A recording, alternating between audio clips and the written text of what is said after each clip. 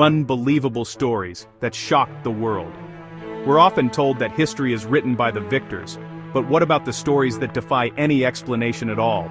The moments that left the entire world speechless and shattered our illusion of slow, steady progress. We like to think of history as a predictable march forward, but every so often, a single event happens that throws everything off course.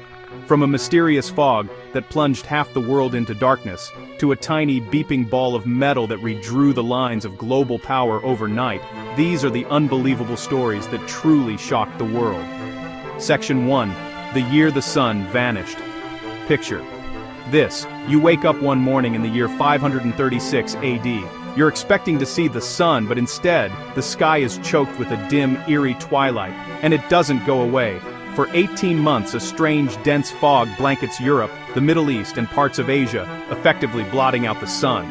The Byzantine historian Procopius wrote that the sun gave forth its light without brightness, as if it were in a permanent, year-long eclipse. This wasn't just some bizarre weather, it was a global catastrophe. Without the sun, temperatures plummeted, kicking off the single coldest decade in more than 2,000 years. In China, there are records of snow falling in the middle of summer. In Ireland, chronicles tell of a failure of bread from 536 to 539 AD, as crops failed in the cold, dark fields. Famine was rampant, entire societies buckled, and millions starved to death. For centuries, nobody knew what had caused it, but modern science, by analyzing ice cores from Greenland and Antarctica, has finally found the culprit. In early 536, a colossal volcanic eruption, most likely in Iceland, shot a cataclysmic amount of ash into the atmosphere, creating a volcanic veil that blocked the sun's light. And as if the darkness and famine weren't enough, this period of global chaos was immediately followed by the devastating plague of Justinian in 541 AD, which killed off nearly half the population of the Byzantine Empire. It's no wonder that historian Michael McCormick has called 536 AD the beginning of one of the worst periods to be alive, if not the worst year, in all of recorded history. Next, we have an invention that brought light back after a long darkness, but in a way that shattered the old world order forever. Before the mid-1400s, knowledge was a luxury good. Books were incredibly rare, priceless objects that were copied by hand, one at a time.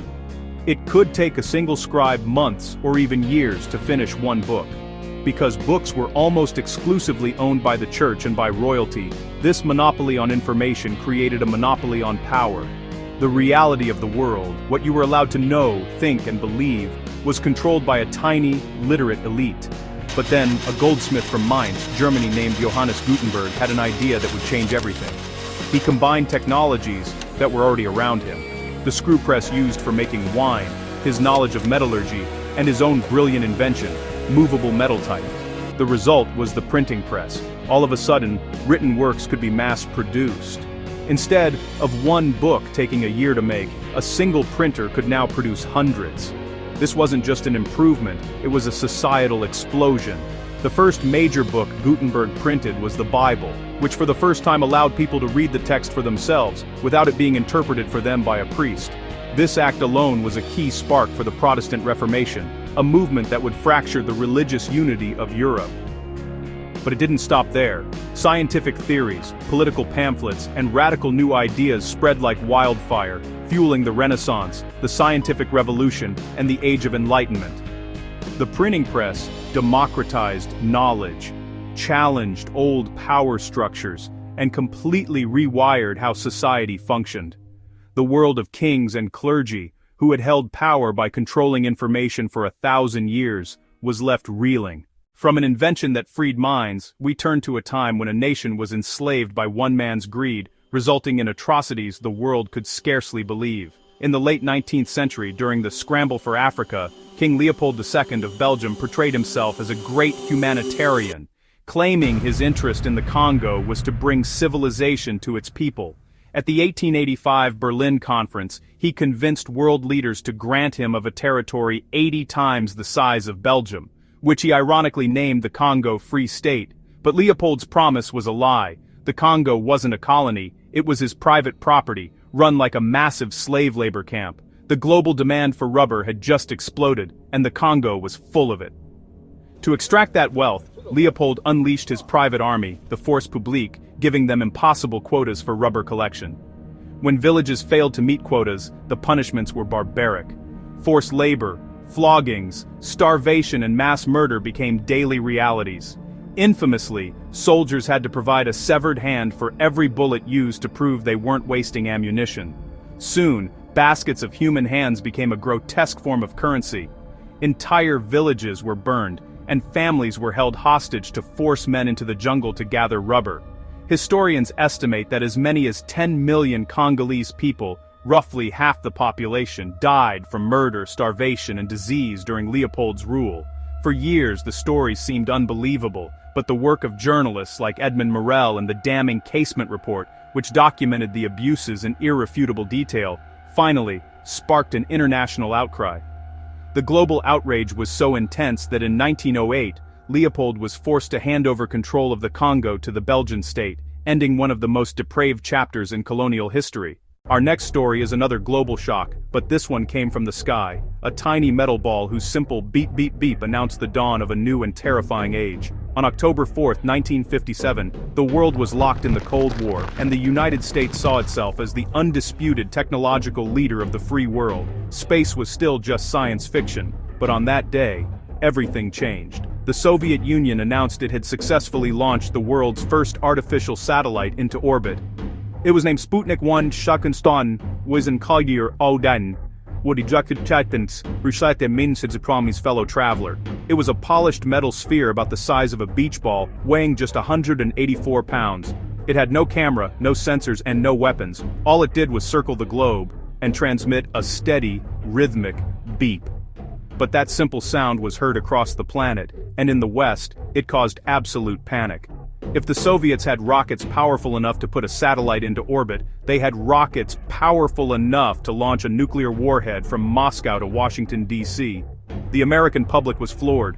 Newspapers ran headlines filled with fear and astonishment.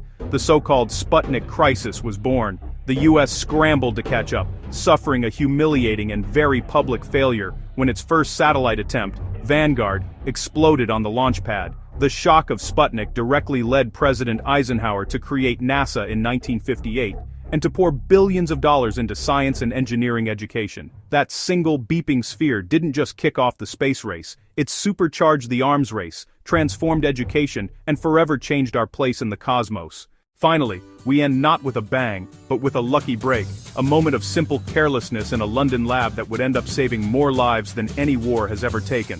Before 1928, the world was an infinitely more dangerous place. A simple scratch from a rose thorn or a bout of strep throat could easily become a fatal infection. Diseases we barely think about today, like pneumonia and scarlet fever, were often a death sentence. Surgery was a terrifying gamble, since post-operative infections claimed countless lives. Doctors had no real weapons against these microscopic killers. That year, a Scottish bacteriologist named Alexander Fleming returned to his lab at St. Mary's Hospital in London after a 2-week vacation. He noticed his lab bench was a mess with petri dishes of Staphylococcus bacteria stacked up. As he began to sort through them, he spotted something strange on one of the dishes. It had been contaminated with a bluish-green mold. He was about to throw it out, but then he looked closer. In a clear ring surrounding the mold, the deadly bacteria had been completely destroyed.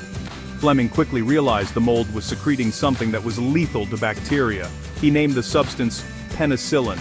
Though Fleming published his findings, they didn't get much attention at first. It would take another decade and the brilliant work of a team at Oxford University, led by Howard Florey and Ernst Chain, to figure out how to purify the substance and mass-produce it as a drug. But that messy petri dish was the spark.